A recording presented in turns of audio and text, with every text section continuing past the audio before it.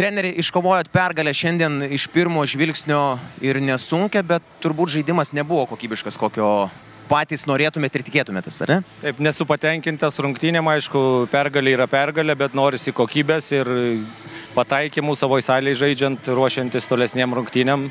Tai taip yra. Galbūt treneriai visada nėra patenkinti iki galo. Kokius svarbiausius žaidimo aspektus reikės gerinti, belaukiant svarbiausios jums Europos taurėje kovos trečiadienį? Pagrindinis dalykas gynyba iš tikrųjų. Dar vis šlubuoja, dar trūksta susižaidimo po šitos pertraukos, tai dėliosim gynybą pagrindę.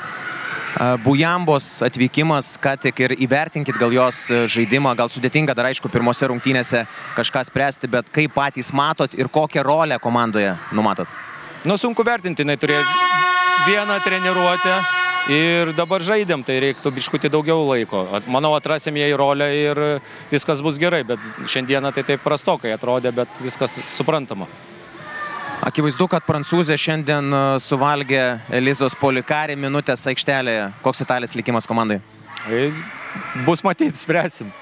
Treneri, paleidot varžovės pirmajame ketvirtyje, po to tarsi ir grįžot. Sėkmingiausias buvo antrasis, po didžiosios pertraukos vėl nepavyko. Kur klydot ir kas labiausiai kliuvo tuo metu?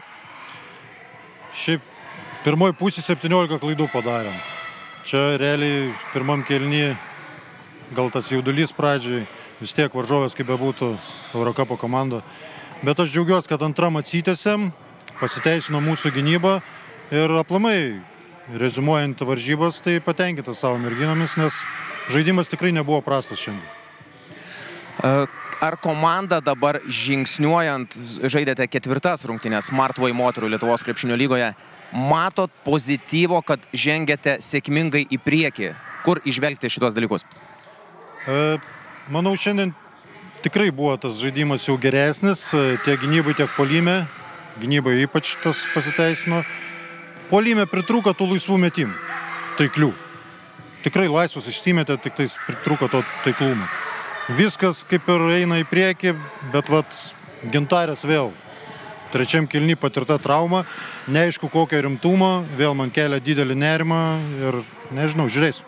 Ar nebus atsinaujinę tie patys dalykai, Gintarai? Nekelias, ten raumuo, vidinis greičiausiai, bet bijau, kad nebūtų plyšęs tada vėl iškris ilgam.